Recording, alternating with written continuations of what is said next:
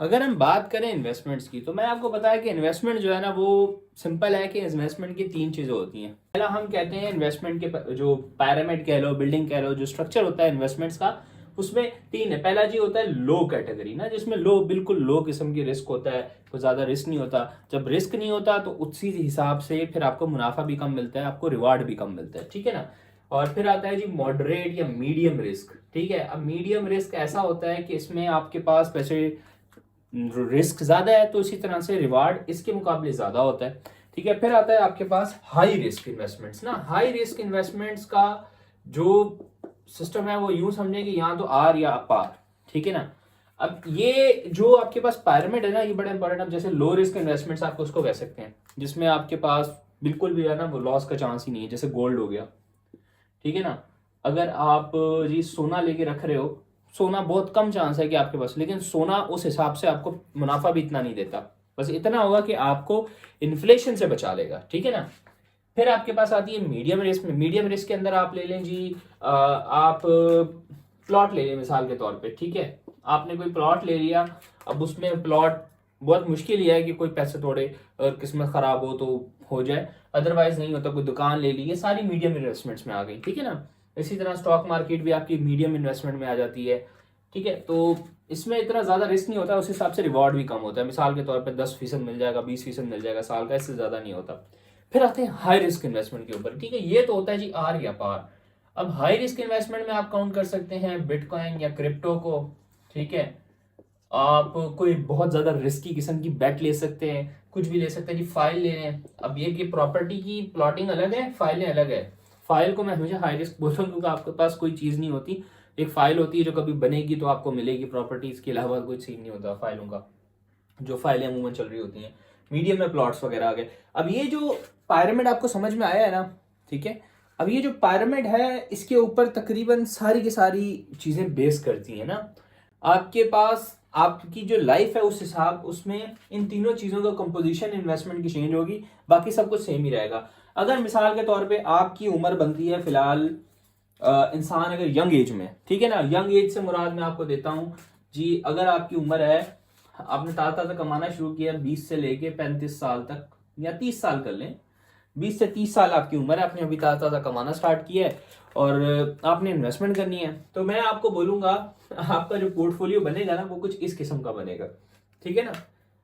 Medium investment भी नहीं चाहिए आपको, हाई रिस्क इन्वेस्टमेंट चाहिए, क्योंकि आपके पास कोई जिम्मेदारी नहीं है, ठीक है।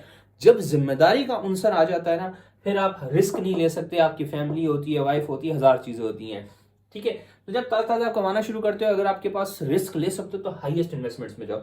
अब मैं इसमें हमेशा मिसाल देता हूँ, मेरा एक फ्रेंड है, जिसने किसी जमाने में बिटकॉइन लिए थे 1 लाख रुपए के, उसने उस 1 लाख रुपए के ऊपर बंगले ले लिए, गाड़ियां ले ली, पूरा खानदान सेटल कर लिया अपना, और बैठ के खा रहा है। ऑलमोस्ट वो रिटायर हो चुका है, उसको कोई फर्क नहीं पड़ता, सैलरी करता है, वो शुगर के लिए करता है, कोई काम करता भी है तो हाई रिस्क इन्वेस्टमेंट जब आपकी उम्र, ठीक है ना, 30 साल तक है। जब आपकी शादी हो गई, अब शादी के बाद आप रिस्क लेना नहीं ले सकते, ठीक है ना। खुदा ना खास्ता जी, आपने कोई फाइल में पैसे फंसा लिए, या बिटकॉइन में पैसे फंसा लिए, और कल को जो है वो क्रैश कर जाए, या फाइल कंपनी भाग जाए, हजार चीजें, तो इसमें जो हाई रिस्क होता है ना कंपोनेंट, वो कम हो जाता है, ठीक है ना, कम रखना होता है। जब 30 साल के बाद आपकी उम्र बढ़ जाती है, फिर आपका जो मीडियम रिस्क होता है ना, वो वाला ग्राफ सबसे हाई होना चाहिए, ठीक है ना, मीडियम रिस्क वाला।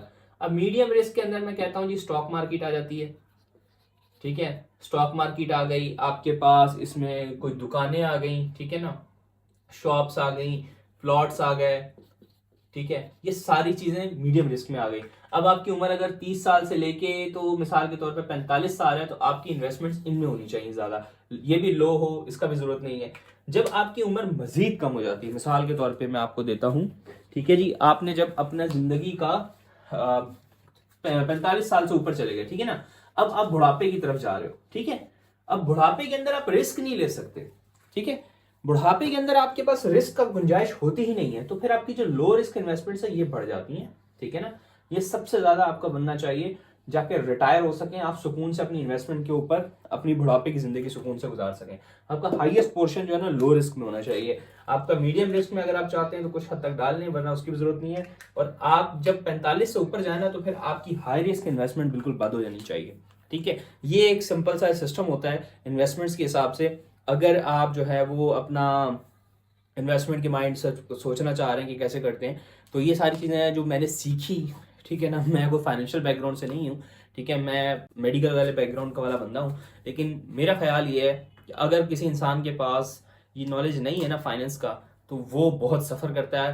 पुराने ज़माने में जब तक जितना पैसा आपके पास था और कंपनियों के मतलब गवर्नमेंट के पास गोल्ड होता था, जी इतने पैसे इतना गोल्ड है, अब वो है नहीं। गवर्नमेंट जितना चाहे वो पैसे छाप सकती है, आपकी जो कमाई होती है वो डिवैल्यू होती रहती है, और अगर आपने कमाई हुई को अपनी कमाई को बचाया नहीं ना, तो वो हवा में पेट्रोल की तरह उड़ती रहती है। तो मेरा यही ख्याल है कि आपको इन्वेस्टमेंट्स करके जो आपके पास पैसे आ गए हैं, जो वैल्यू आपने जनरेट कर ली है, उसको कंसोलिडेट करना चाहिए, ठीक है। So that's all, I hope आपको वीडियो पसंद आई होगी।